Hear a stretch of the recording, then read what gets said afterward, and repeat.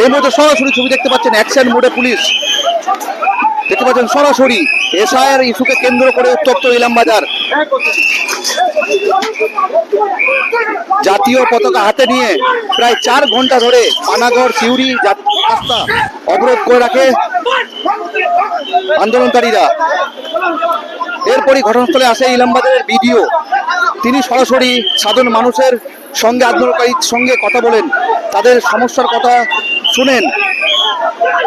অন্যদিকে সাধারণ মানুষ তাদের এসআইআর যে শুনানির নোটিশ দেওয়া হচ্ছে সেটাই হয়রানি হচ্ছে সেই অভিযোগ তারা তুলেন এবং পাল্টা উত্তর দেন বিডিও।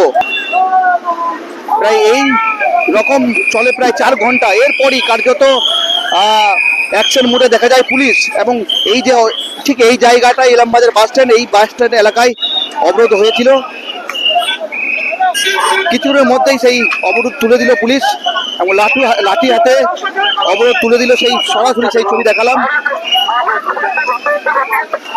এসআইআর শুনানির যে নোটিশ, সেই নোটিশকে কেন্দ্র করেই এই অশান্তি এবং হয়রানির অভিযোগ তুলেছিলেন সাধারণ মানুষ থেকে অনেকেই।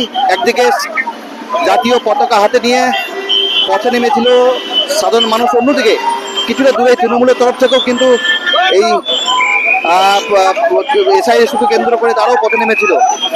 ঠিক এই যে ইলামবাজার বাস স্ট্যান্ড সংলগ্ন এলাকায়, সেই জায়গায় কিন্তু পরিস্থিতি উত্তপ্ত হয়ে ওঠে এবং এসআইআর ইস্যুকে কেন্দ্র করে কার্যত উত্তাল ছড়িয়ে পড়ে।